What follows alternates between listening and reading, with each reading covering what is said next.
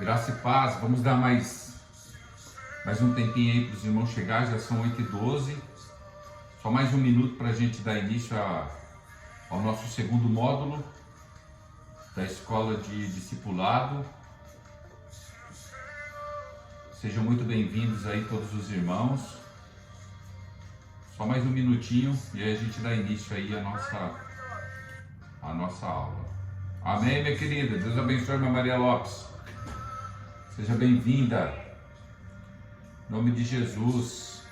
Vamos aproveitar que a senhora já está com o áudio ligado aí, irmã Maria Lopes. Vamos fazer uma oração. A senhora ora por nós, para essa aula? Então vamos orar em nome de Jesus?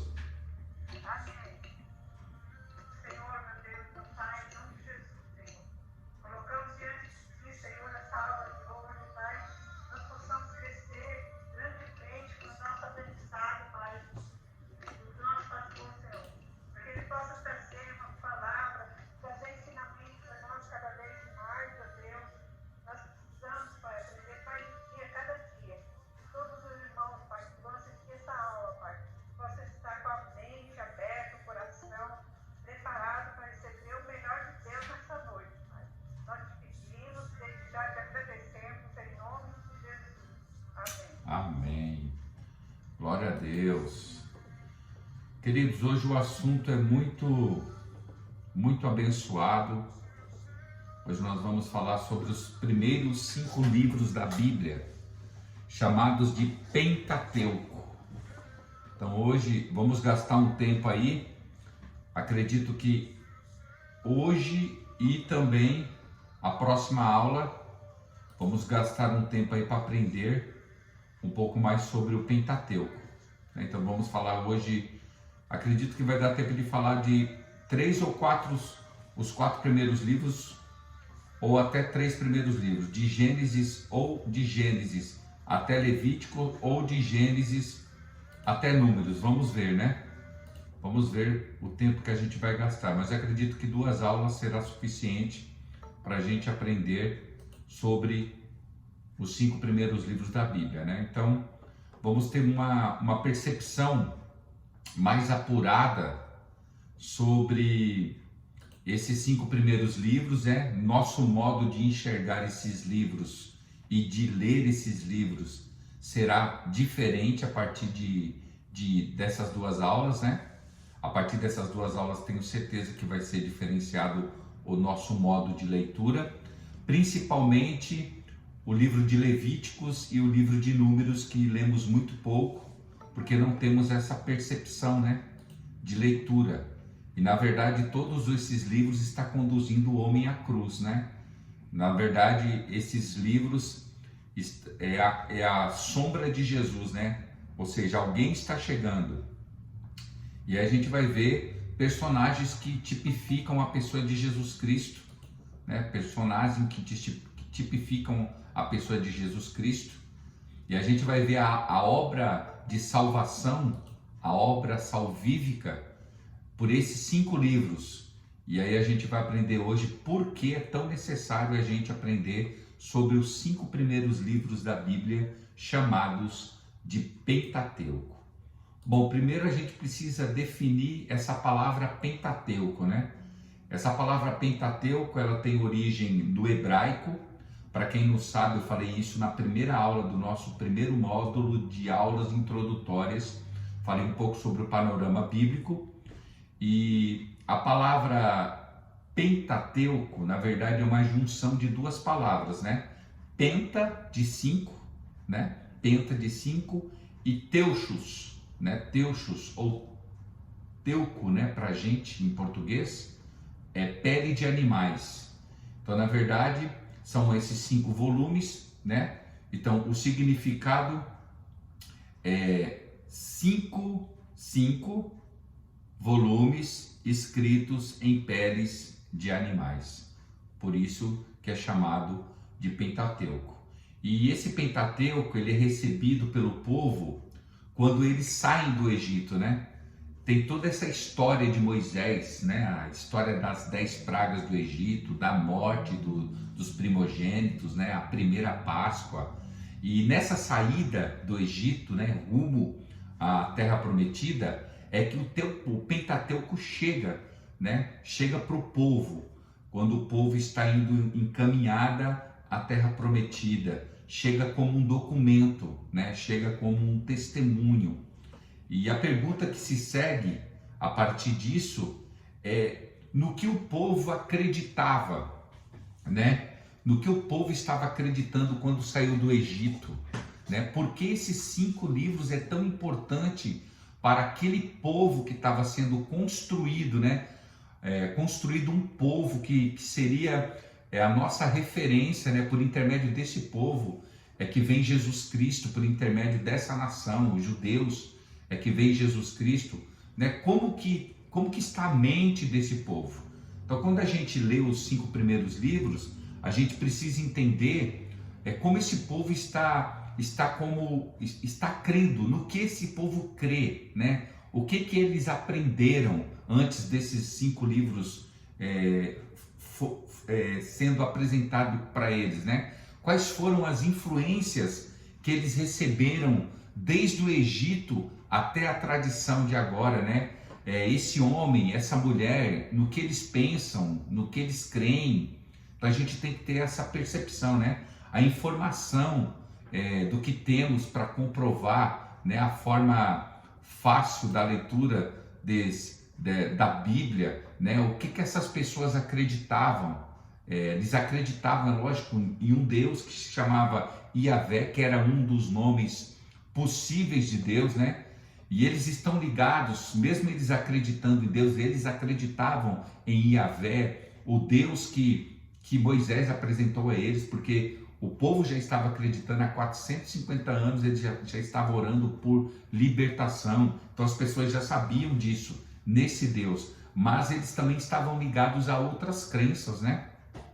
A crenças também que estavam encurtidas nele, né? Crenças, superstições, idolatria. Então por isso que a gente vê, né, nesses 5 primeiros livros, a gente vê o povo sempre desobedecendo. Logo depois da libertação, a gente vê esse povo se curvando, pedindo para Arão fazer um bezerro de ouro, né? Então a fé desse povo era uma fé fragmentada, né? Uma fé politizada, né? Essa fé que está misturado com um monte de crença, com um monte de superstição. E é nesse conceito, nesse viés, que Deus então revela para Moisés o modo como ele deveria apresentar-se diante desse povo, né? Para se revelar a esse povo. Então, quando a gente lê o livro os 5 primeiros livros, a gente tem que ter uma ideia de que Deus está arrancando a idolatria do coração do seu povo, né? Está libertando o seu povo não somente da sua escravidão física, mas também da sua escravidão mental, da sua escravidão espiritual, a sua escravidão das suas crenças, né? Então esse homem do Pentateuco é um homem que está dividido na fé, é um homem que tem muitas informações, e ele parece muito, né? Esse povo parece demais com a gente, com os brasileiros, né? Por que parece com a gente? Porque a gente importa muita coisa, né? De fé, de crença, né? Quando a gente tem religiões afros, nós temos o espiritismo, nós temos o cristianismo, nós temos o catolicismo, nós temos o protestantismo, né? Nós temos o hinduísmo, nós temos o budismo, tá tudo aqui no nosso país, né? Então, quando a gente encontra o Evangelho de Cristo, na verdade a gente encontra o Evangelho de Cristo, mas muita superstição ainda está inserida na gente, né?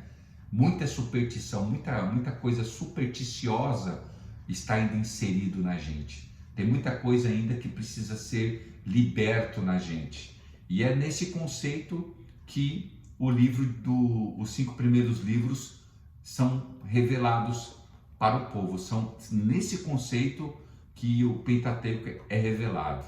E como eu já disse, é uma época em que o povo está fragmentado com as suas crenças onde está se misturando muito. Então é nesse conceito, nessa visão, que a gente precisa enxergar os 5 primeiros livros, que é o livro que vai revelar a pessoa de Deus, a criação de Deus, a criação desse povo, o propósito desse povo, até chegar onde a gente está hoje, que é a época da graça, né? Então é essa a ideia.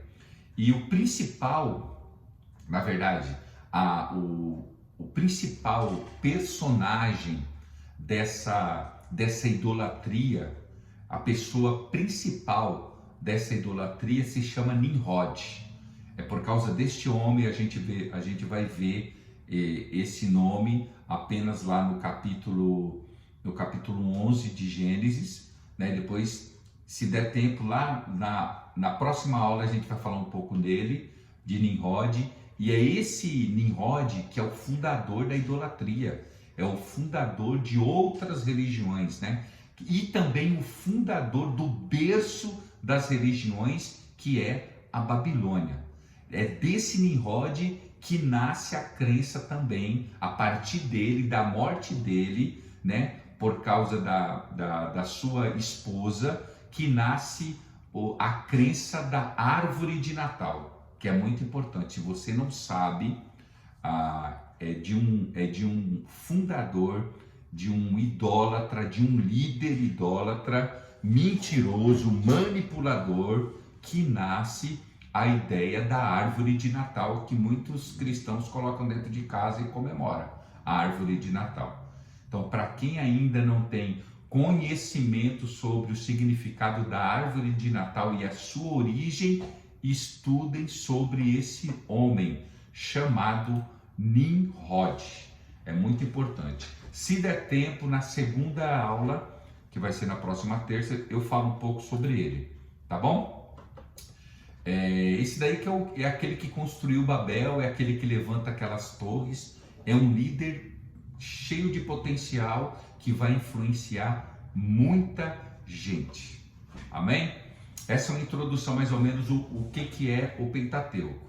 E aí quando a gente chega no livro de Gênesis, a gente descobre que a ideia de Deus nesses 5 primeiros livros, começando também em Gênesis, é destruir a crosta de idolatria, né? O homem está com seu coração idólatra, né? O mesmo Abraão que acreditava em Deus também acreditava em outras crenças, né? Então, aquele personagem que está saindo, aquelas pessoas que estão saindo do Egito, estão numa confusão religiosa, né? Uma confusão existencial. No texto bíblico você encontra, então, você vai ver aí depois, nós vamos dar uma andada, esse segundo módulo vai ser voltado só para o Antigo Testamento, então a gente vai ver palavras como Baal, palavras como Astarote, rainhas dos céus, falsos deuses, Tamuz, postes ídolos, né? Quem tem aí a habilidade da leitura bíblica vai ver isso nos livros dos reis, nos livros dos crônicas, nos profetas. Toda vez que você vê esses adjetivos aí, Baal, Astarotes, rainha dos céus, falsos deuses, Tamuz, postes, ídolos, todas essas palavras têm a ver com a idolatria, né? Então, quando você reconhecer essas palavras, você já vai saber que essa é a idolatria que vem da Babilônia, ou melhor, da religião da Babilônia. Aí, quando a gente tem o livro de Gênesis, que é o início de tudo, né? Tem um objetivo específico para esse primeiro livro, né? Então, a partir de hoje, acredito que a sua leitura vai ser uma leitura agora diferenciada a respeito dos 5 primeiros livros, porque nesses 5 primeiros livros você vai enxergar Jesus Cristo e a obra de Deus para chegar até onde a gente está hoje, que é a época da graça. Por quê? Porque cada livro tem um significado. A gente vai ver que Gênesis tem um significado, Êxodo tem outro significado, Levíticos tem outro significado, Números, e todos estão apontando para uma pessoa, Jesus Cristo, né? Então a gente vê, o primeiro livro é o livro de Gênesis. E qual é o objetivo de Gênesis? É quebrar isso, né? É quebrar essa ideia de usar a revelação, né? A ideia de dizer quem de fato criou todas as coisas, né? Deus é o Criador e como sendo o remédio para essa idolatria. O Criador é o remédio da idolatria. E quando a gente fala de Gênesis, nós estamos falando da escolha da liberdade do homem, o que acontece quando ele usa essa liberdade desassociada a Deus. Então o livro de Gênesis é esse, é Deus, o Criador, formando essa criatura e mostrando para ela diretrizes para que ela seja salva, para que ela tenha salvação. Então a gente pode dizer que Gênesis tem a ver com uma espécie de escolhas. Sempre você vai ver personagens, Adão e Eva tomando uma escolha, né? Você vai ver Noé tomando uma escolha de construir a arca, depois você vai ver Abraão tomando uma escolha de seguir a Deus para o seu propósito, depois lá na frente você vai ver Jacó escolhendo Deus, depois lá na frente você vai ver José escolhendo Deus, e aí nós terminamos com esse homem,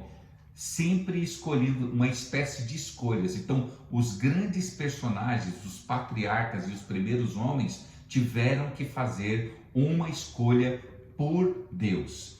E aí quando a gente vai para o livro de Êxodo, a gente vê a libertação. Quando a gente vai para o livro de Levíticos, é o processo da santificação e adorar. E aí quando você vai para o livro de Números, é uma instrução para aqueles que já estão santificados. E aí você chega no último livro do Pentateuco, que é Deuteronômio, que é como se fosse um incentivo, né? Vocês já foram separados para adoração, agora vocês devem ser instruídos. Então, esse livro vem como um reforço, né, para esse processo de relação, como Deus chega na vida das pessoas e como Deus muda a vida das pessoas. Então, de Gênesis 1, a gente já começa a ver a fala do Deus Criador, né? Gênesis 1 até o 25, Deus criando todas as coisas e estabelecendo o ser humano como uma coroa. Ou seja, a coroa é o símbolo da representatividade, é um símbolo que marca a qualidade de algo. E aí, a partir desse texto de Gênesis 1, agora do 26 ao 28, e do Gênesis 2, do 16 ao 17, a gente vê Deus estabelecendo o quê? Uma aliança. Deus cria esse homem, Deus dá a ele um significado, ele é o símbolo da coroa da criação de Deus, e o segundo momento Deus movimenta-se, levando esse homem a estabelecer com ele uma aliança de vida e de morte, né? Então a gente precisa ter muito cuidado, pois no sentido, não é de uma ameaça, né? Mas sim de como um ser finito como Deus pode viver longe da vida, da fonte da vida. Esse ser esse ser finito, como que a gente consegue viver longe da fonte de vida que é Deus, daquele que é perfeito, daquele que é finito? E aí a gente percebe que quando o homem rompe essa aliança, a morte então é o resultado desse rompimento. A morte é o resultado da separação, né, da aliança que ele fez com Deus.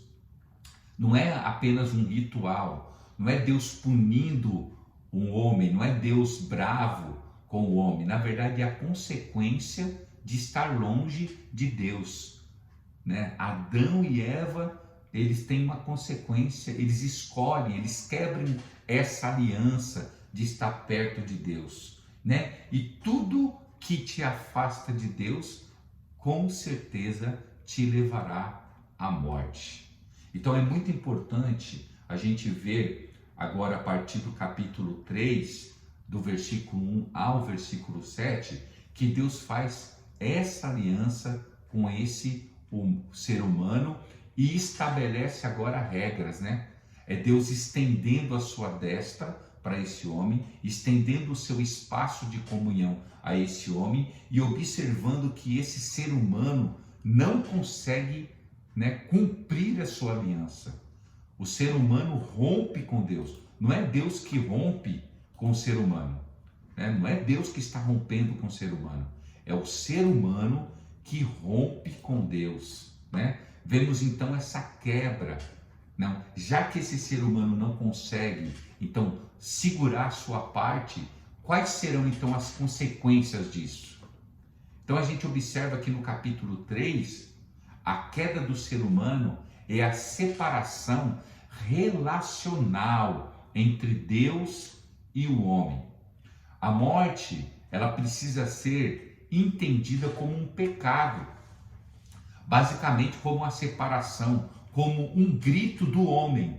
O homem grita pedindo independência, né? Eu quero ser independente. E toda vez que o ser humano tenta ser independente de Deus, ele vai se afastar e ele peca.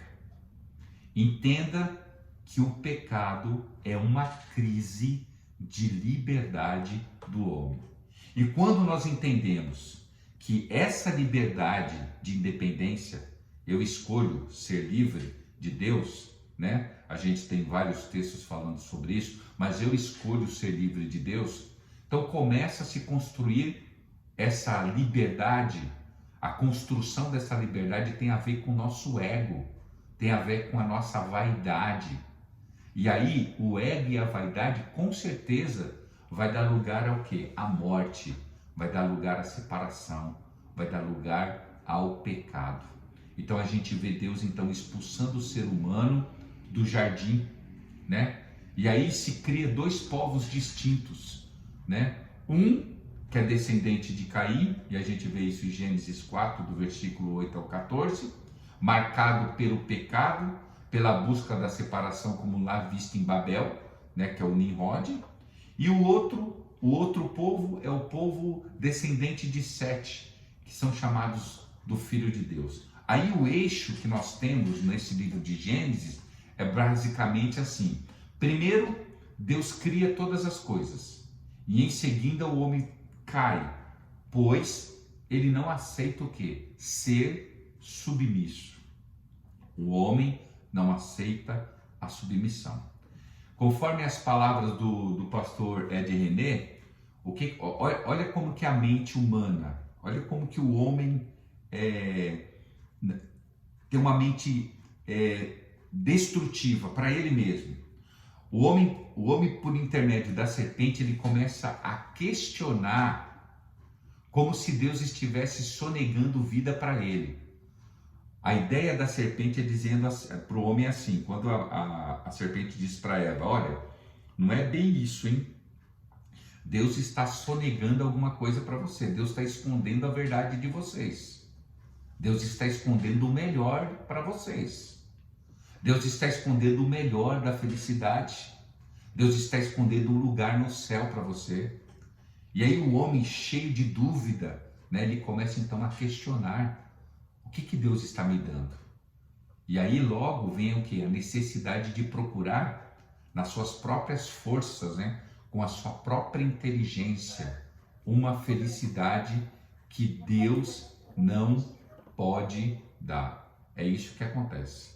Deus não pode dar e o homem procura essa felicidade aonde? Na sua própria inteligência. Então o homem, até hoje, né, o homem busca a sua felicidade no seu próprio braço, na sua própria inteligência. E aí a queda traz o princípio da desconfiança.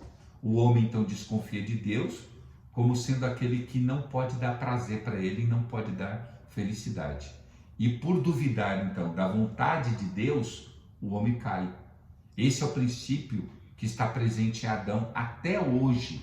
As pessoas estão descontentes com Deus. Se Deus não fizer do jeito deles, Deus é um Deus carrasco, né? E após a queda, que nós somos descendentes dessa queda, graças a Deus, Deus está sempre buscando o homem, nós vemos a promessa dessa redenção, né?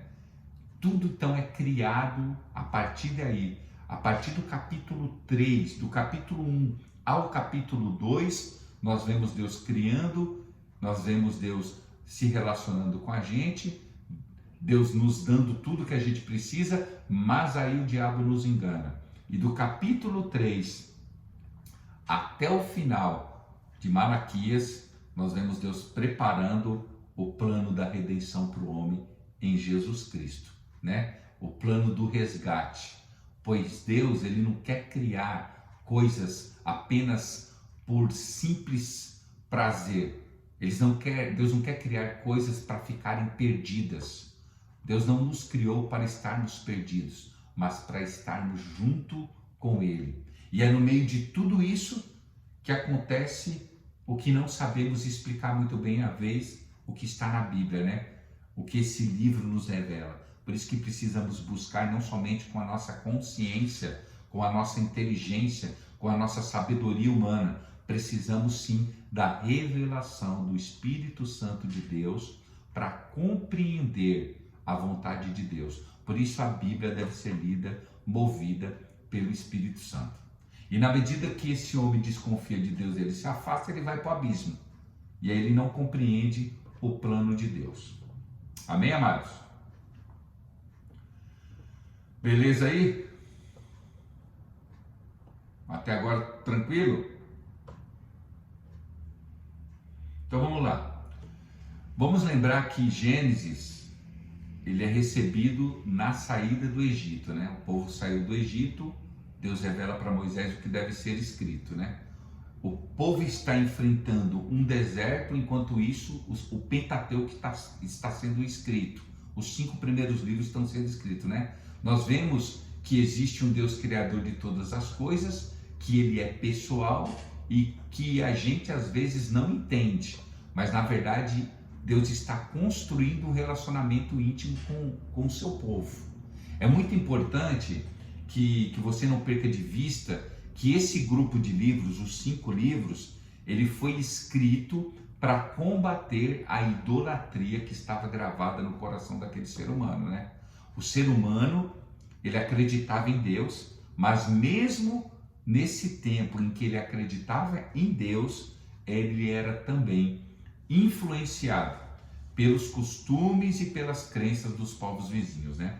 Então o Pentateuco, os 5 primeiros livros, que é o que a gente está aprendendo aqui, é escrito para amolecer, né, o coração deste povo, para que eles possam o quê? Receber a verdade de Deus em seus corações, no deserto, na caminhada para a terra prometida, né? Deus já tem até um texto muito importante em Deuteronômio, que Deus fala: eu coloquei vocês no deserto para provar o que estava em seus corações. É Deus nos conduzindo, Deus levando o seu povo para a terra prometida, e nesse percurso do Egito para a terra prometida, Deus revelando a sua vontade por intermédio dos livros escritos por Moisés, né? Então a gente passa Deus produzindo no ser humano essa santidade, né? E também descartando essa idolatria do coração desse ser humano. Por isso que é tão importante a gente, quando a gente começa a ter essa caminhada com Jesus, a gente não perder de vistas, né? Em nenhum momento os cultos, né? Os discipulados, né? Essa escola que a gente está tendo agora. Por quê? Porque a palavra de Deus é uma fonte, então ela vai nos limpando, né? Vai descartando do nosso coração, vai lançando fora do nosso coração toda a idolatria, tudo que ainda é do mundo, né? Porque nós fomos resgatados do mundo. Então nós precisamos dessa contínua libertação, desse contínuo descarte dessa idolatria e de tudo que não traz, né, a presença de Deus na nossa vida. Então quando a gente olha para Gênesis, a gente vê o início de Deus iniciando todas as coisas e também fazendo um chamado para um homem, né? Então o livro de Gênesis é isso daí, é Deus dando início a todas as coisas e chamando alguém. Porque é no livro de Gênesis que a gente vê o chamado de quem? De Abraão, que é a partir de Abraão que começa o grande processo de uma construção de um povo, né? Aí a gente olha para o livro de Êxodo, Deus vai nos falar sobre a libertação desse homem após o chamado. E aí nós precisamos olhar para trás e perceber que existiu uma impessoalidade que na verdade é fruto de uma confusão de um povo. O povo sai confuso, né? O povo sai do Egito confuso. Por isso que eles são tão rebeldes, né? São tão rebeldes ao ponto de fazer até o líder deles perder a oportunidade de entrar na Terra Prometida, né? Por quê? Porque esse povo ele olhava para a criação, ao invés de eles olharem a criação e adorarem ao Criador, eles acabavam adorando a própria criação, né? Montanhas e sol. E aí faziam deuses. Essa é a visão, né, do ser humano. Até hoje, né? Até hoje nós temos essa visão superficial, né? Essa visão supersticiosa. E sempre nós estamos olhando para essa natureza impessoal desse ser humano. E aí a gente chega no segundo livro, que é o livro de Êxodo. Nós falamos de um Deus criador em Gênesis, um Deus que está apontando para o chamado desse homem, um Deus que está se encontrando com esse homem na pessoa de Abraão, e aí a gente chega no Êxodo. E aí quando a gente mergulha nesse livro de Êxodo, né, quando o Pentateuco é escrito e é retomado que Deus criando todas as coisas, na verdade o livro de Êxodo a gente tem sempre a ideia de que Êxodo significa saída. E essa ideia do Êxodo significar saída é uma ideia, não é errada, mas não é a ideia original, né? Porque o Êxodo foi escrito, toda a nossa interpretação tem a ver com a tradução da Septuaginta. Ô pastor, o que é Septuaginta? Septuaginta é a tradução do grego, do hebraico para o grego, né? Pegaram 70 judeus, né? 70 escribas, e por isso fala Septuaginta de 70, e colocaram eles para compilar a tradução do hebraico para o grego, né? Porque era daquela época a língua mais falada do mundo, que nem hoje é o inglês. Lá atrás era o grego. E aí pegaram esses 70 judeus para traduzir essa Bíblia, né, esse Velho Testamento, né, que foi o Velho Testamento, né, de Gênesis até Malaquias, para traduzir essa Bíblia, né, esse Antigo Testamento para o grego. Então eles pegaram do hebraico para o grego. Então toda a tradução é do hebraico para o grego. Então, para o grego, o êxodo significa saída, mas no original hebraico, a palavra grego significa chamote e tem o significado de estes são o nome de. Estes são o nome de. Por isso que quando a gente vai ler as primeiras páginas de Êxodo, Deus se revelando, né? Deus se revela para Moisés e diz assim, olha, diga para o meu povo que o eu sou, a revelação de quem, né? Então Êxodo é isso, diga que eu estou me revelando, este é o nome de, então Êxodo tem tudo a ver com este é o nome de, no sentido mais comum, nós estamos então acostumados a trabalhar essa palavra de saída. Não é errado, como eu disse, mas no texto original, Êxodo significa este é o nome de. Beleza, irmãos? E é nesse sentido que chega para nós, e aí o Pentateuco, na verdade, esse livro de Êxodo, nós estamos falando de alguém que está saindo e Deus está forjando nesse seu povo a libertação, né? É o chamado de Deus, como acontece na nossa vida. Deus nos chama e depois do chamado, de ouvirmos o chamado, Deus nos liberta. Então, o tema central desse segundo livro do Pentateuco, que é Êxodo, é a ação de Deus libertando o seu povo. Então, se você quer entender um pouco mais de como funciona um Deus que liberta o seu povo, Êxodo, então, é uma ótima leitura para você enriquecer e perceber a ação de Deus assim no Antigo Testamento, né? É a história de um povo que está preso, escravizado por Faraó, Deus então intervém na história enviando quem? Um homem chamado Moisés. E no Novo Testamento traz para nós Cristo, tipificando Moisés, tipificando o Cristo, né? Essa junção de Moisés tipificando o Cristo. Moisés arranca um povo do Egito e leva para a Terra Prometida. Cristo arranca um povo do mundo e leva para o céu. Então, o nome típico de Moisés é o modo típico de Jesus Cristo. Jesus Cristo como um grande libertador. E aí a gente vê a forma para nos enriquecer biblicamente quando a gente fala de liberdade. Então a gente tem esse livro aí de Êxodo para nos ajudar a enriquecer a nossa forma de ver o lado poderoso de libertação que Deus usa, né? Essa mão poderosa de Deus usada no Antigo Testamento a partir da cruz, né?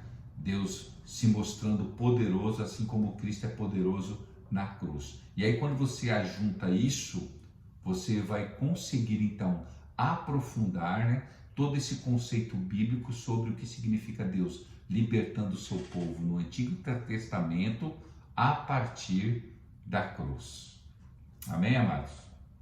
Até aqui tá tudo bem? Tá tudo certo? Até aqui? Quer fazer alguma pergunta, algum irmão?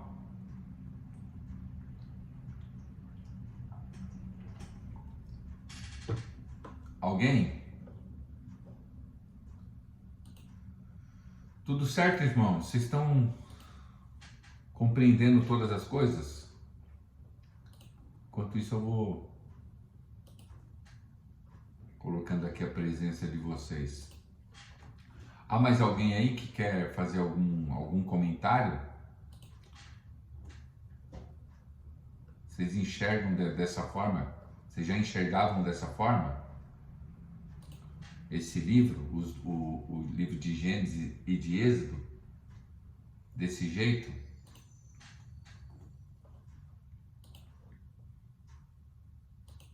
Senão vou tocar. Posso ir, irmãos?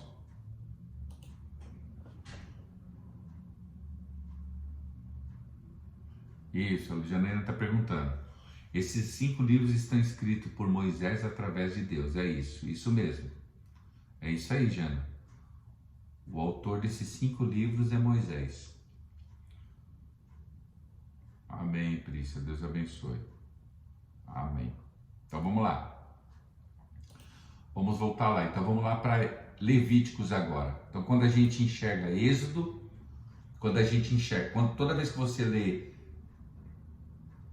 Gênesis, você está enxergando Deus criando e chamando alguém. Deus cria todas as coisas e Deus chama, certo? Deus cria, o homem cai e agora Deus chama para a restauração.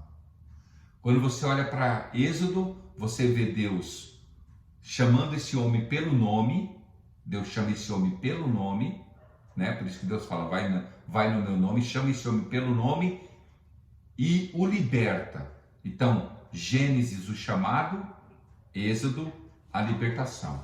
E aí quando a gente chega no livro de Levíticos, eu acredito que quando a gente chega nesse livro, parece que a gente não consegue desenvolver, né, uma leitura agradável. Não dá para ler o livro de Levíticos como uma leitura agradável, com prazer, né? Talvez seja um dos livros, né, entre ele e Números, um dos livros mais desafiantes de leitura, né? Mas hoje a gente vai aprender a ler esse livro diferenciado, amém? Talvez você nunca leu o livro de Levíticos, você pulou esse livro de Levíticos, porque parece uma coisa maçante, uma coisa chata. Mas por que é chato? Porque a gente não sabe como ler, né? Nós temos que fazer uma junção, né? Uma junção aí entre o livro de Levíticos e a carta dos Hebreus, para a gente ter uma ideia do que Deus está falando ali com o seu povo, né? Da mesma forma, então, a gente precisa fazer isso, né? Assim como a gente faz a junção entre Êxodo que a mensagem da redenção, Êxodo e a mensagem da redenção do Novo Testamento, a gente consegue enxergar, né? Êxodo tem a ver com libertação. E aí quando a gente lê os evangelhos de Cristo, a gente vê que tem tudo a ver, né? Os evangelhos com Êxodo.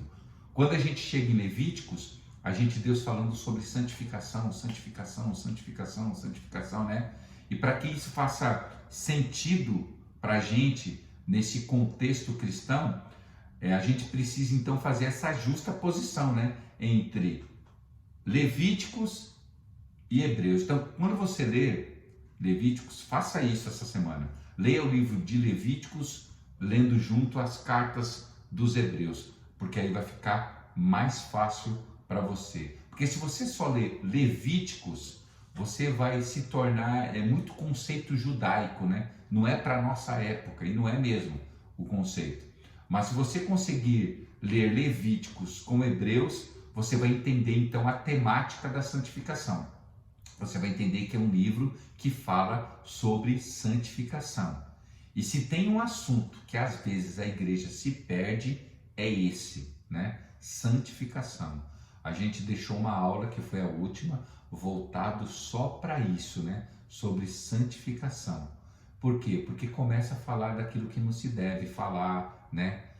Começa a desenvolver alguns rituais de santificação, né? Algumas coisas estranhas que estão fora da Bíblia, né? Começa a ter doutrina sobre isso que não tem respaldo bíblico, né? Mas quando a gente faz essa junção de Levíticos e Hebreus, a gente então começa a entender que santificação é bom, que santificação é uma forma saudável em que a gente pode aplicar e deve aplicar isso na nossa vida, né? Então, na verdade, eu creio que santificação é algo que a gente precisa, né, inteirar e se aprofundar mais. Eu não sei se vocês leram as 70 resoluções que eu mandei para vocês aí de Jonathan Edwards. Se você não leu ainda, então leia, tá bom?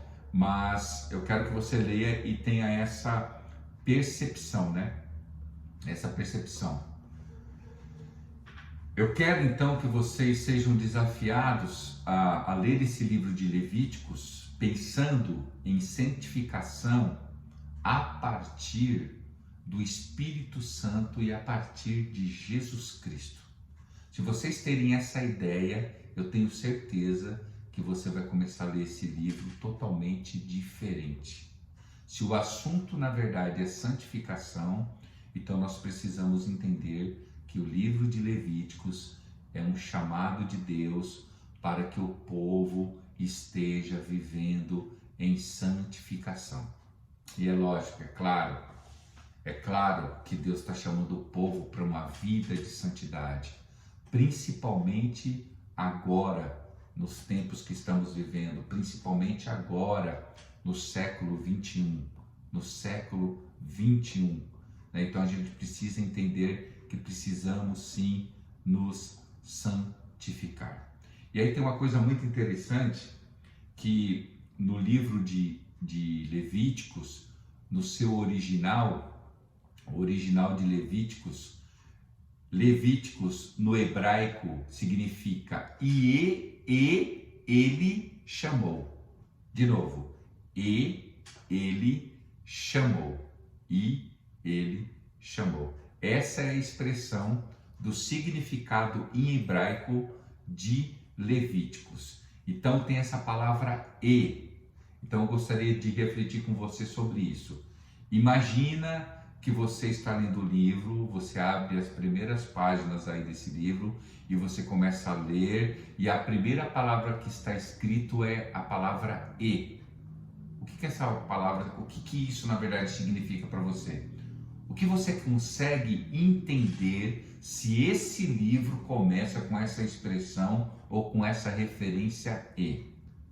Primeiro, e dá uma ideia de continuidade, né? Alguma coisa. E é a história de um povo, né? A gente saiu de Gênesis, estamos em Êxodo, e agora, lá, de novo, continuidade. E agora esse povo está indo para um destino, né?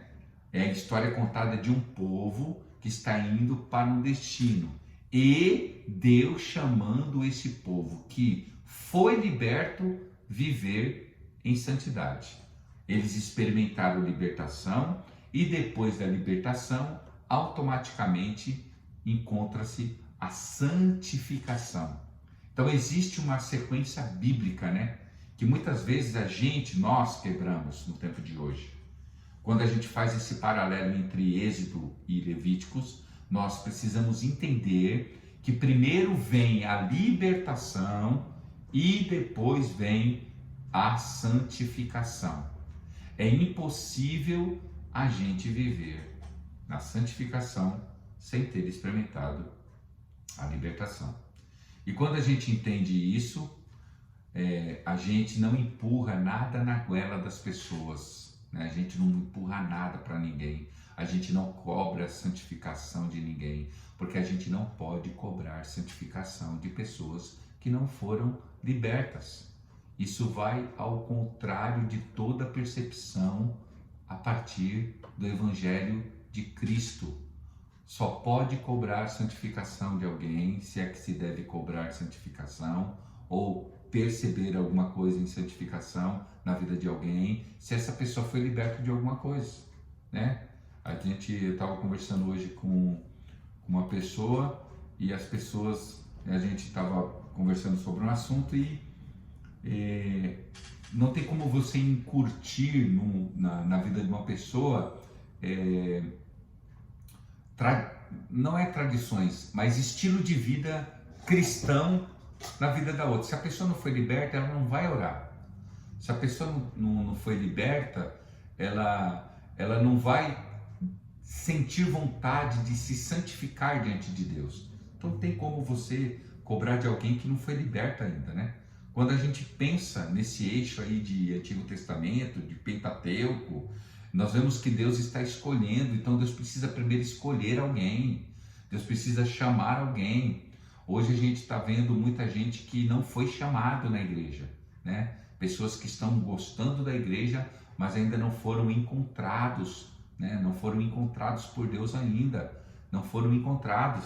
E a gente vê no Pentateuco isso. Deus primeiro escolhe o povo, escolhe Moisés, porque o povo é escolhido de Deus, né? Moisés é escolhido. Existe então essa relação daquela pessoa que é escolhido, do povo que é escolhido, e depois esse mesmo povo que é escolhido é o povo que experimenta a libertação, e depois esse mesmo povo que experimenta a libertação tem que viver e andar em santificação.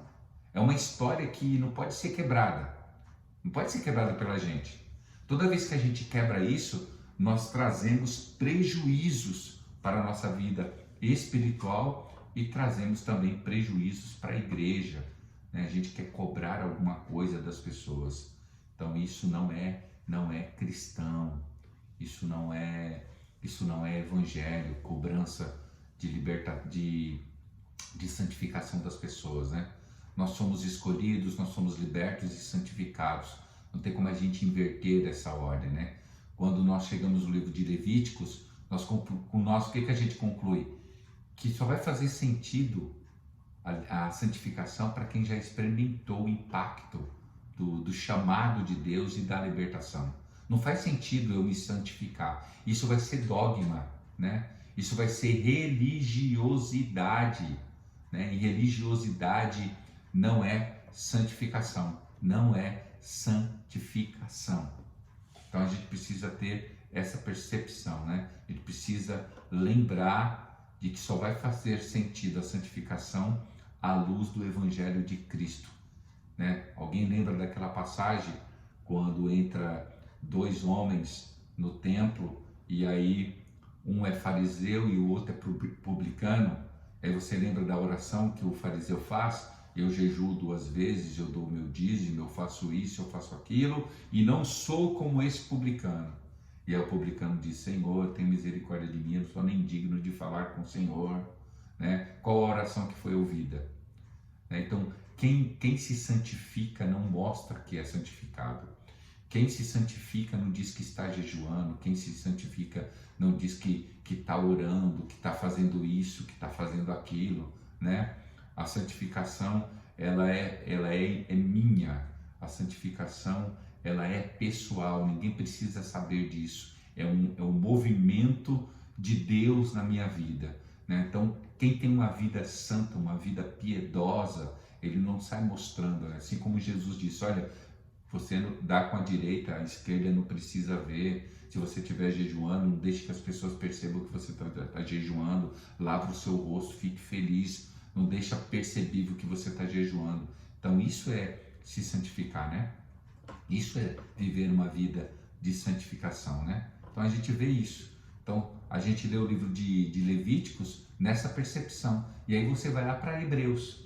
Lê a carta de Hebreus para você entender. Lê a carta de Hebreus que você vai entender muito bem Levíticos, né? É Deus chamando o seu povo. E o interessante é que o texto base de Levíticos é capítulo 20, eu vou mandar isso todo de material para vocês. Capítulo 20, do versículo 7 ao versículo 8, que diz assim, ó: portanto, santificai-vos e sede santos, pois eu, o Senhor, vosso Deus, sou santo, e guardai os meus estatutos e cumpri-os.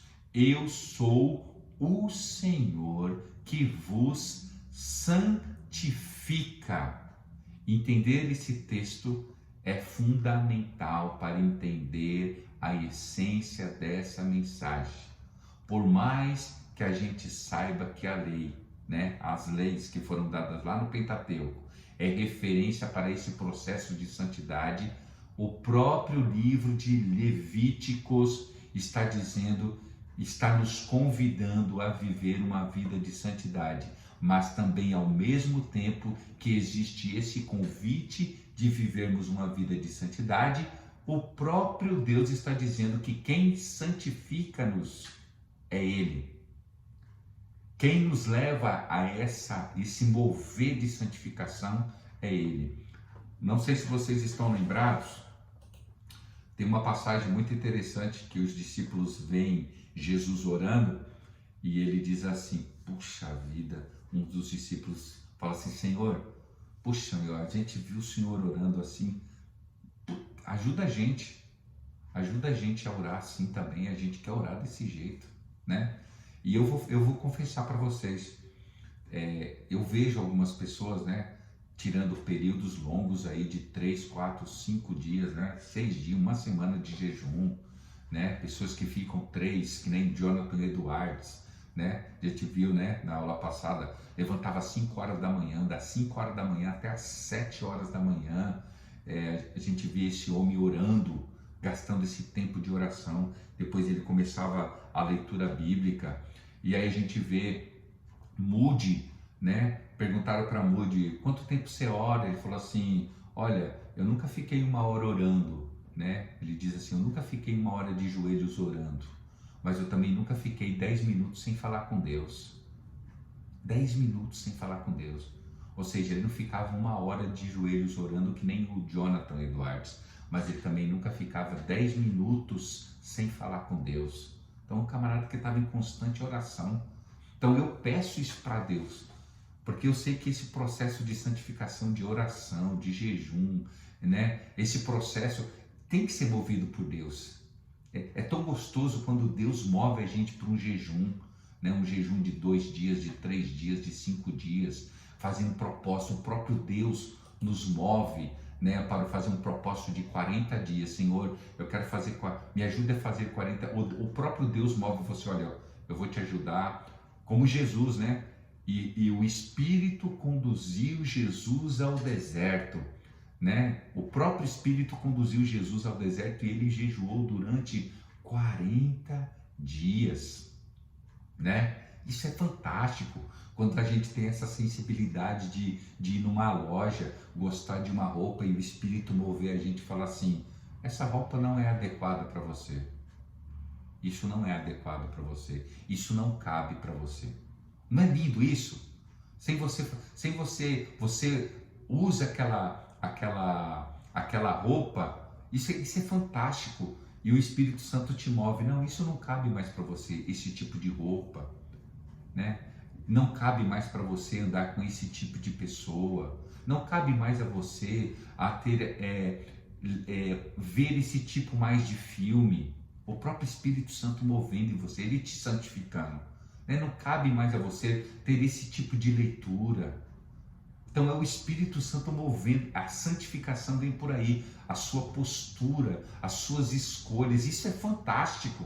E aí eu peço para Deus, eu não quero, como a gente falou na aula passada, é importante o esforço, a decisão, mas como é importante essa junção, né? Esse mover de Deus nos santificando desse jeito, levando a gente ter o esforço, é lógico, de fazer, mas ser mais fácil para a gente, ser mais fácil, a gente só ter o poder da decisão, fazer o que Deus está nos movendo a fazer.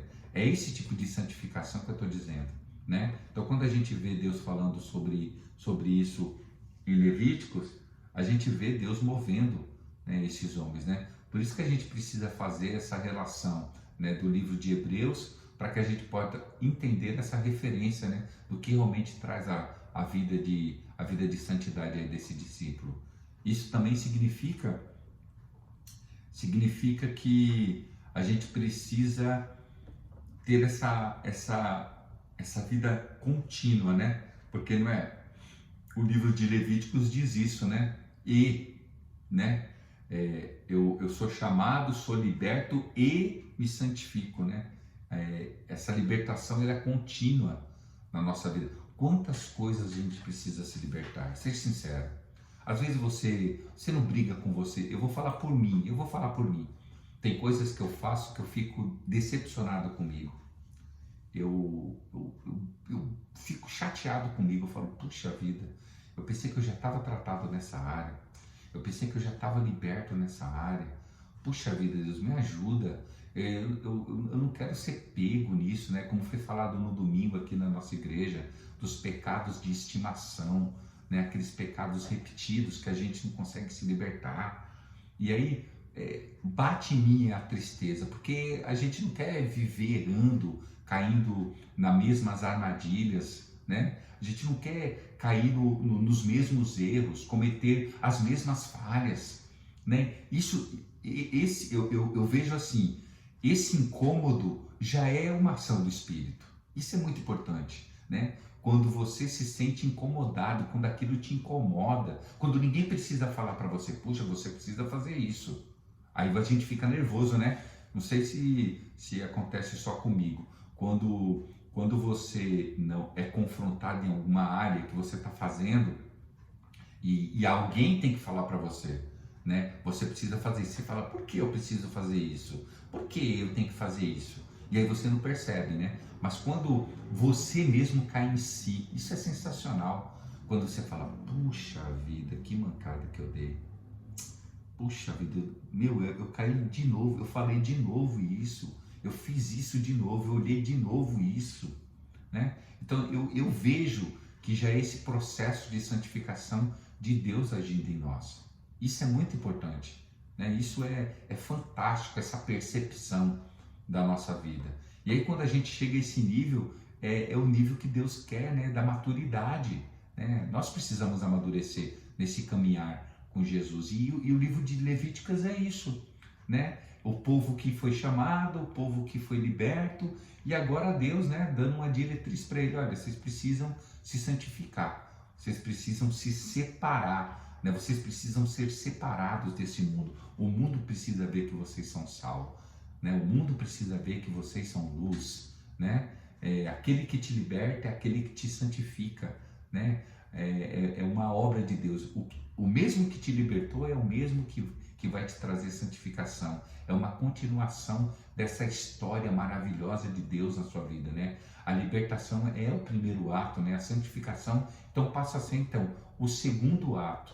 Então, quando a gente entende que o E do Levíticos, vamos, então, a gente continuar olhando para esse livro, tendo esse interesse de Pô, eu me libertei e preciso me santificar com a ajuda de Deus.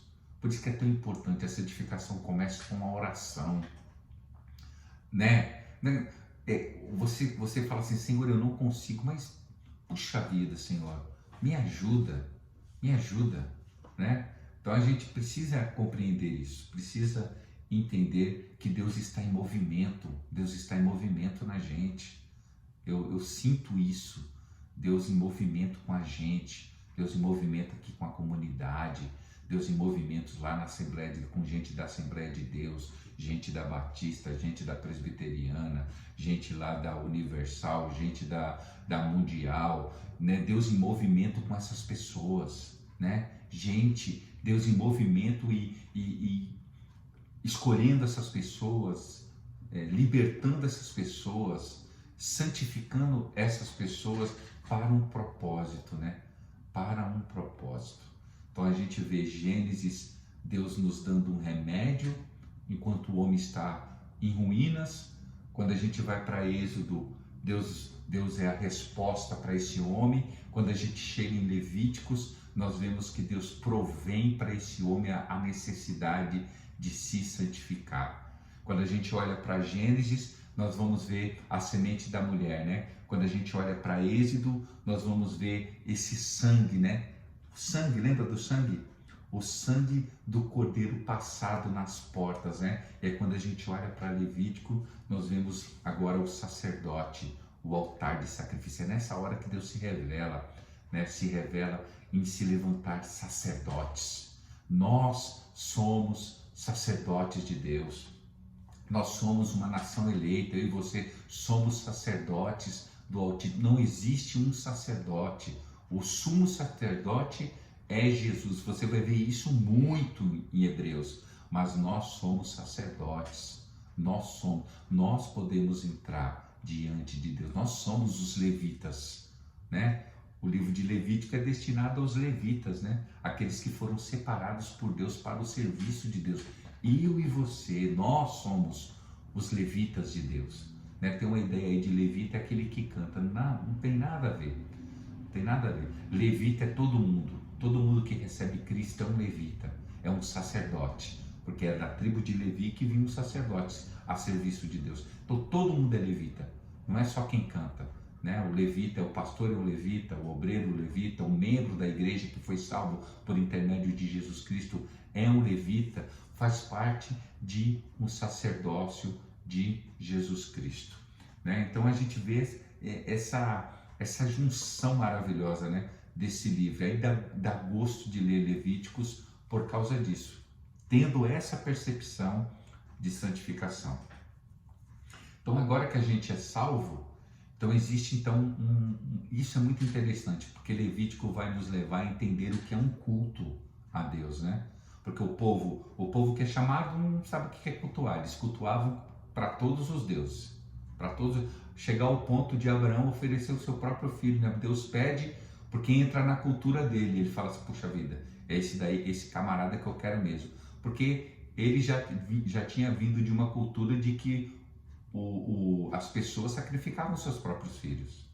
Então Deus pede para ele para ver como que está a ligação dele, né? E aí Deus fala: puxa vida, eu vou provar para ele que eu sou um Deus que não peço, eu peço filho só para testar a fé dele, mas eu vou providenciar de fato um cordeiro para ele. Eu não sou um Deus que pede filhos, eu tenho alguém que vai vir, alguém que eu estou preparando para trazer redenção para esse mundo. Então aquele cordeiro que é apresentado lá no monte, que vai no lugar de Isaac, na verdade é a representação do próprio Jesus. O próprio Deus fala assim: pode deixar que eu vou dar o meu próprio filho para vocês. Então Deus já mudando o conceito na cabeça de Abraão, né? Então às vezes Deus pega algumas superstições que a gente tem, algumas coisinhas que a gente traz de outras religiões. Quando a gente vem para o Evangelho, a gente vem cheio de superstições, cheio de coisa, né? E Deus vai nos limpando, vai nos santificando e vai nos mostrando de que não é desse jeito. Deus ainda tem misericórdia. Tá bom, vai, faça isso. Até o ponto em que Deus nos mostrar que não é desse jeito, né? É do jeito dele, da forma dele de agir nas nossas vidas. E aí quando a gente lê Levíticos, a gente vê Deus dando diretrizes para como deve ser o culto, né? Sacrificar, né, para encontrar com Deus, toda essa disputa, né, toda essa briga com o livro de Êxodo, onde Deus está reivindicando do Egito, pedindo para Faraó que deixe o povo dele ir e prestar um culto, né? A ideia de Deus quando Moisés vai até Faraó é o seguinte: Faraó, deixa o meu povo ir cultuar no deserto. O que Deus queria era o culto. Deus queria um culto no deserto, né? Não é isso? Deus queria um culto no deserto. Então, o objetivo da libertação é que eles saíssem do Egito para estarem prontos para adorarem a Deus. Porque a palavra adoração no hebraico, ela traz um sentido de inclinar o quê? A mão e beijar a mão. A adoração, ela tem a ver com reconhecimento, com esse ato afetuoso, né? O livro de Levítico, além de falar sobre santificação, ele fala que como nós devemos prestar um culto a Deus. Eu sempre digo aqui na nossa comunidade que o culto tem que ser completo, né? O culto tem que ser inteiro, em todos os sentidos, né? O livro de Levítico nos chama para essa vida de encontro, para um culto. O culto não é meu, né? Eu vou lá para ouvir uma palavra, isso é muito bom, isso faz parte do culto também, Deus vai falar com a gente, mas antes de eu ouvir uma palavra de Deus, eu presto o meu culto para Deus, eu vou lá reverenciar o meu Deus, né? Prestar um culto para Ele. Então hoje a gente vê as pessoas não dando muita ênfase aos cultos, né? As pessoas preferem ir mais para shopping, preferem ir mais na casa dos parentes, ou preferem receber mais parentes em casa no dia do culto. Eu não entendo essas coisas às vezes, como as pessoas recebem pessoas na sua casa, e aí está chegando na hora do culto, ele não vai no culto porque chegou gente na casa dele. Eu ainda não entendo isso. Ou às vezes eu já entendi e a pessoa não entendeu, né? Vou pensar assim, a pessoa ainda não entendeu o que é um culto a Deus. Não é um culto. O que é um culto a Deus? A pessoa não entendeu ainda. Bom, se tem alguém na minha casa, chegou alguém na minha casa e está chegando a hora do culto, eu convido essa pessoa. Falo para ela: querido, olha, tem o meu culto e o meu culto é prioridade. Né? O culto é prioridade. É um tempo que eu dou a Deus. Né? Deus me dá tudo, então eu vou dar um tempo para Ele. Quer participar comigo no culto? Será uma honra você vir cultuar junto com a gente. Se a pessoa falar: não quero, então vamos fazer o seguinte: pode ficar aqui, fica à vontade, eu vou prestar meu culto a Deus, depois eu volto. Mas não, as pessoas preferem ficar com as outras pessoas ou escolher qualquer outra coisa fora o culto, né? Fora o culto. Então a gente não entende ainda como que as pessoas não compreendem o significado do culto, né? Então, que o Espírito de Deus possa soprar na vida dessas pessoas, né? Então, Levíticos traz essa ideia aí de um grande impacto na vida de santidade, porque prestar culto a Deus, ter o seu culto como prioridade, é também viver uma vida de santidade. Quando a gente entende isso, que Deus é aquele que liberta, né? O nosso culto então começa a ser um espaço de reconhecimento, né? Um espaço de gratidão, de louvor, uma tentativa de trabalhar para a glória de Deus, o louvor a Deus, né? O livro de Levítico então é esse convite de Deus dizer: vem, né? Um chamado para essa adoração, vem, um chamado para essa santificação. E é um desafio sim ler o livro de Levíticos, né? É um desafio, mas eu quero chamar você para esse desafio, para você ler o livro de Levíticos, fazendo, né, esse chamado de adoração e esse chamado de santificação. Então, vê esse livro diferenciado, ofereça a você a oportunidade de ler o livro de Levíticos, de ler o livro de Êxodo, de ler, né, o livro de Gênesis, né, para que a gente possa ter essa percepção melhor e maior diante de Deus. Glória a Deus. Queridos, agora são 9h21, e aí se eu começar o livro de Números, vamos passar do horário. Então vou deixar o livro de Números, que é o quarto livro do Pentateuco, e o livro de Deuteronômio para a próxima semana. Amém, amados? Eu quero aproveitar esse momento aqui para dizer para vocês que domingo que vem, no período do culto, nós vamos tirar aí um tempo no momento do culto para me entregar para vocês o certificado, né, das pessoas que concluíram o primeiro módulo, né? 80% das pessoas que concluíram o primeiro módulo, que tiveram não somente a sua presença, mas também a participação, porque é muito importante, né?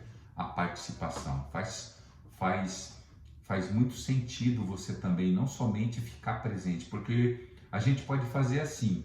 Eu não sei como você consegue assistir às aulas. Talvez, né? Como eu já vi muita gente assistindo aula, né, da faculdade, a pessoa coloca o celular lá e deixa rolando e vai, bebe água, e vai para cá, e faz uma coisa, e faz outra, e o negócio está rolando, né? Isso não é participar, isso não é vivenciar, dar valor para aquilo que você está aprendendo. Então, nós vamos entregar os certificados para todos aqueles que concluíram, que tiveram presentes pelo menos 80% das aulas que a gente teve aqui no nosso discipulado. E aí eu vou entregar para vocês esses certificados, tá bom? Muita gente vai ficar sem receber o certificado porque muita gente faltou. Teve gente aí de 10 aulas, faltaram 5, outros faltaram 4, né? Outros faltaram 6. Então esses aí, infelizmente, não vão receber o certificado. Mas aqueles que tiveram pelo menos 80% da sua presença e participação, será um prazer te entregar esse certificado, que tem uma coisa muito legal. Eu vou dar o certificado. Esse certificado vai servir como um curso complementar para você, um curso extracurricular, porque eu fiz questão de colocar o CNPJ da empresa que eu tenho, né, de palestra. Eu tenho uma empresa aberta.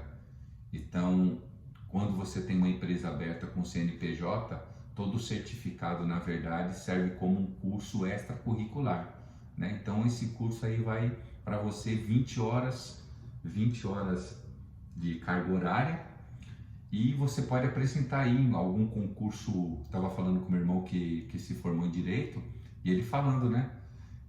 Não, Paulinho, você pode dar esse certificado, serve como um curso extracurricular por causa do CNPJ, e aí serve para você também, para você colocar aí no seu currículo. Você está pensando em mudar de área ou está desempregado, e aí você pode colocar aí como curso extracurricular para a empresa ver que você não está parado em casa voando, né? Você está estudando e está se aprimorando, né? Então, para mim é uma honra dividir isso com vocês.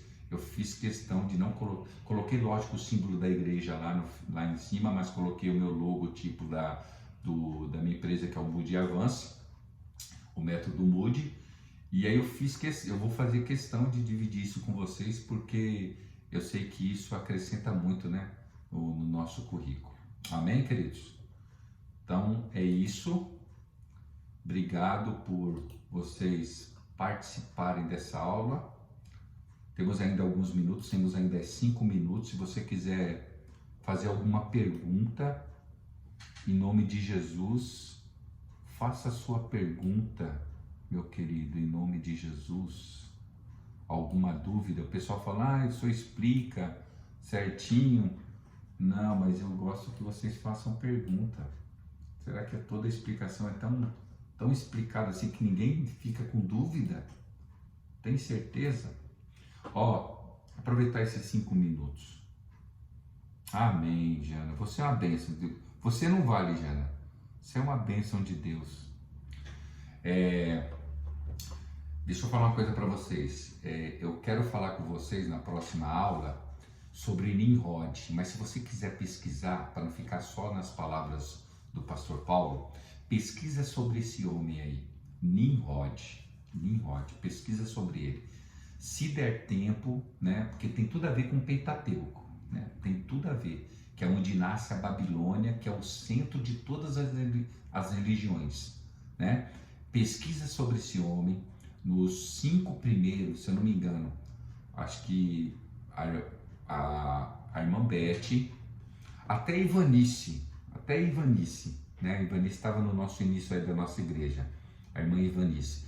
A Ivanice, a Leninha, os mais antigos aí, a Beth, acredito que a Soraya também pegou essa época. Eu falava... Eu lembro, pastor. Lembra? Lembro. Que eu falava muito sobre o Natal. Eu batia muito... Lembra, Soraya? Sim. E aí... Ele explicou direitinho sobre a árvore. Lembra que eu explicava direitinho? Sim. Se der tempo, gente, eu vou... Se der tempo, tá? Aí eu vou falar um pouco sobre esse Nimrod. Eu tenho certeza que se você... A Ivanice também lembra. Se você se permitir a entender o que vai ser dito, ou pelo menos pesquisar aí na sua casa durante essa semana, preste muita atenção. Você nunca mais vai colocar uma árvore de Natal na sua casa. Você nunca vai colocar mais uma guirlanda aí na sua casa. Guirlanda, né? Uma coisa assim. Você nunca vai colocar, porque você vai entender que isso tem tudo a ver com idolatria. Isso tudo nasce a partir da morte desse homem, né? Eu não vou dar os spoilers agora, né? Mas semana que vem, eu quero, der tempo, a gente vai falar um pouco sobre isso. Tá bom, amados? Deus abençoe a vida de vocês poderosamente, em nome de Jesus. Domingo, então, vai ser a entrega dos certificados. Apareçam aí. Nem todo mundo vai receber, porque se você teve aí de 3 faltas, no máximo era 2, tá? De 3 faltas já era. Então não tem como, porque a gente teve 10 aulas, então não tem como. Mas se você teve menos que isso, domingo a gente vai entregar para você e vai ser uma honra para mim entregar esse certificado para vocês. Amém, amados? Vamos orar? A irmã Maria Lopes, nossa líder aí, orou para nós nesse início dessa aula e eu quero concluir. Mas antes, deixa eu ver aqui quantas pessoas estão. 17 pessoas. Deixa eu só fazer aqui rapidinho uma correção.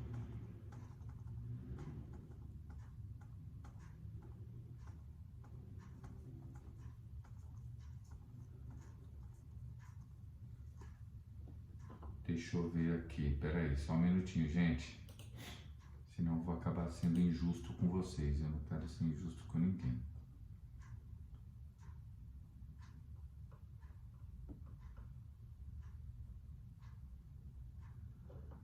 Tá.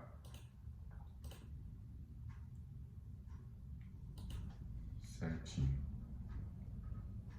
Então tá bom, queridos. Tá certinho agora.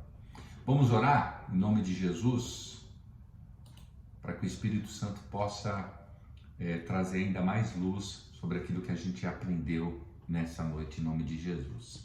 Senhor, eu quero te agradecer nessa noite tão maravilhosa, tão produtiva, Senhor, que tivemos uma aula tão produtiva, tão abençoada, Senhor, tão reveladora. Obrigado.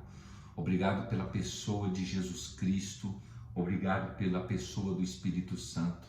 Obrigado porque o teu Espírito Santo conduziu o Moisés, o nosso irmão Moisés, para compilar, Senhor, esses 5 livros, Senhor, que nos ajudam a tanto, Senhor, compreender, ó Deus Altíssimo, o poder do seu amor e da sua misericórdia.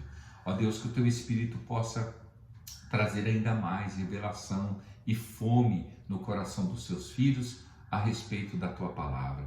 Dê a eles, ó Deus, essa fome e essa sede. Senhor, dê aos teus filhos uma noite abençoada, dê a eles o sono do justo, que todos possam, meu Pai, descansar debaixo da tua vontade. Te agradecemos por tudo e no nome de Jesus te louvamos. Amém e graças a Deus. Deus abençoe sua vida Até a próxima terça-feira, se Deus assim permitir.